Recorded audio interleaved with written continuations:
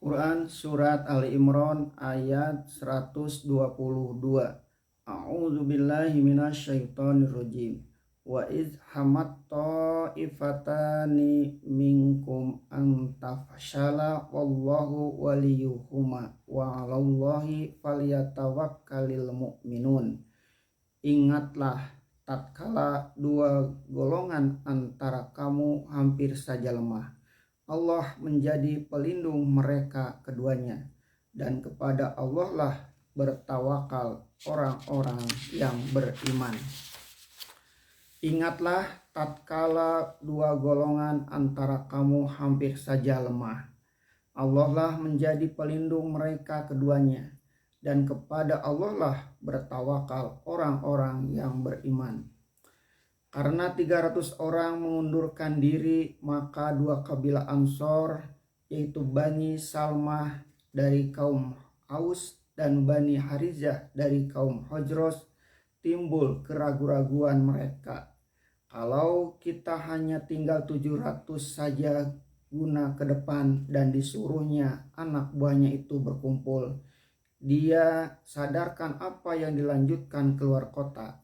Lebih baik bertahan saja di Madinah, dan mereka pun telah hampir hendak pulang saja. Akan tetapi di dalam mereka ragu-ragu itu bertindaklah salah seorang pemimpin mereka, yaitu Abdullah bin Amr bin Haram dari persekutuan Bani Salmah. Dia tampik mereka dengan berkata, "Ingatlah Allah, wahai kaumku, jangan kamu kecewakan kaum kamu dan nabi kamu. Mari kita berperang pada jalan Allah, atau kita bertahan sampai mati. Tidak ada kata lain." Tindakan pemimpin yang bertanggung jawab adalah yang amat menentukan pada saat yang genting. Perkataan Abdullah bin Amr yang pendek itu sangat mempengaruhi Bani Salmah. Semangat mereka bangkit kembali. Melihat itu, Bani Harizah pun bangkit pula semangat mereka. Biar bersama mati dengan Rasulullah, dan nama persekutuan mereka jangan dikotori. Sebagaimana yang diperbuat Abdullah bin Ubay yang telah mengotori nama pengikut-pengikutnya, dan bilangan tidak lagi berkurang dari 700 orang. Dan kalau hati sudah bulat, orang yang beriman mulailah menegakkan tawakalnya kepada Allah, sebagai tersebut di ujung ayat. Demikian tinggi semangatnya, sehingga antara orang itu terdapat tidak kurang dari 17 orang anak-anak yang usianya lebih kurang di bawah 15 tahun. Mereka tidak mau ditinggalkan, walaupun memikul tombak masih berat bagi mereka. Untuk menyenangkan hati mereka, mereka dipanggil disuruh bergumul. Mana yang lebih kuat dibawa tampil ke depan, dan mana yang lemah disuruh bersedia-sedia di garis belakang. Ada seorang tua, Hoisamah namanya. Pada waktu peperangan Badar dahulu, dia berebut dengan putranya hendak pergi, sehingga ayah dan anak membuat undian, lalu menang undian anaknya itu. Dia syahid di padang Badar. Tiba-tiba sebelum pergi ke perang Uhud, orang tua yang bernama Hoisamah itu bermimpi melihat putranya itu bermain-main bersukaria di sebuah taman yang indah di dalam surga, memetik buah-buahan dan merenungi air jernih mengalir. Setelah anaknya itu melihat ayahnya, dia pun memanggil, "Ayah, Ananda di sini sekarang. Rupanya janji Allah telah berlaku sebenar-benarnya pada diriku. Mari ayah, marilah turuti aku." Dia tersentak bangun pagi-pagi, hatinya gelisah. Lalu dia datang menghadap Rasulullah SAW, minta dimasukkan dalam daftar untuk berperang ke Uhud.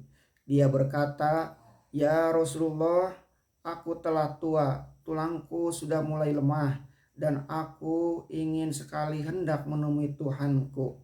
Bawa aku serta ya Rasulullah, dan doakan aku moga-moga aku pun mendapat syahadah sebagaimana anakku, dan hidup bersama dia di surga." Dengan rasa terharu, Rasulullah mengangkat tangannya ke langit, mendoakan Khaisamah tua agar permohonannya terkabul. Dan dia pun turut berperang Uhud dengan gagah beraninya. Di sana doa Rasulullah terkabul. Khaisamah tua beroleh syahidnya. Satu macam semangat lagi ialah semangat Nuaim bin Malik. Dia datang kepada Rasulullah sebelum perang berkecamuk, lalu berkata dengan penuh keharuan, "Ya Rasulullah, aku ingin masuk surga. Ya Rasulullah, demi Allah, izinkan aku pergi ke surga. Bekalku ialah cinta kepada Allah dan Rasul.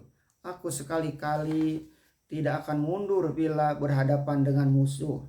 Mendengar itu, Rasulullah bersabda, "Engkau benar, Nuaim bin Malik turut dalam peperangan dan tidak mengenal mundur walau setapak. Keinginannya meneruskan perjalanan ke surga pun terkabul." Ada lagi seorang pincang namanya Amir bin Juwamah. Dia beranak laki-laki berempat. Keempatnya pergi berperang mengikuti Rasulullah ke Uhud. Setelah 4 orang anaknya berangkat, dia mengikuti dari belakang. Anak-anaknya menyuruh pulang karena mereka berempat sudah cukup. Lagi pula dia pincang. Dia tidak wajib berjihad. Akan tetapi Amir pincang tidak merasa puas dengan penolakan itu. Lalu dia langsung menemui Rasulullah dan berkata, "Anak-anakku menghalang-halangiku turut berperang. Ya Rasulullah, padahal aku ingin sekali mati syahid, supaya dengan kaki pincangku ini aku pun dapat menginjak tanah surga." Rasulullah Shallallahu Alaihi Wasallam menjawab, "Tetapi sebenarnya engkau tidak wajib berjihad karena cacat badanmu ini." Air matanya menggelanggang dengan jawab beliau sambil berkata pula, "Walaupun aku pincang ya Rasulullah, tanganku masih kukuh menetak leher musuh." Mendengar permintaan sungguh-sungguh itu, menolehlah Rasulullah SAW kepada keempat putranya itu dan berkata, "Biarkanlah dia, moga-moga Allah mengabulkan keinginannya." Keempat anaknya terpaksa mengizinkan dia, dan dengan pincangnya dia menyerbu musuh. Keinginannya dikabulkan Allah. Pada hari akan berangkat malam Sabtu itu jugalah Abdullah bin Jahas menyatakan sumpahnya bahwa dia hendak menemui musuh besok. Dia berkata, "Mungkin besok musuh akan membelah perutku. Mungkin mereka akan mengerat hidungku dan memotong telingaku. Namun aku tidak peduli, aku akan tetap bertempur." Apa yang disangkakannya itu memang terjadi. Dia bertempur dan dia pun membunuh musuh juga. Tetapi adat perang, bunuh-membunuh dan terbunuh. Dia pun terbunuh, perutnya dibelah, hidungnya dipotong, dan telinganya dikerat musuh. Dia pun syahid. Inilah contoh betapa tingginya semangat pada waktu itu. Tetapi sayang sekali perang di Uhud membawa satu kekalahan yang tidak diduga. Hanya karena salah satu sayap barisan melanggar disiplin. Ketika memulai peperangan, Rasulullah telah mengatur susunan pertahanan dan penyerbuan. Kompi yang mana menyerbu dan yang mana penjaga garis belakang telah diatur. Abdullah bin Jubair diperintahkan memimpin barisan 50 orang pemanah dan menjaga di lereng bukit Uhud.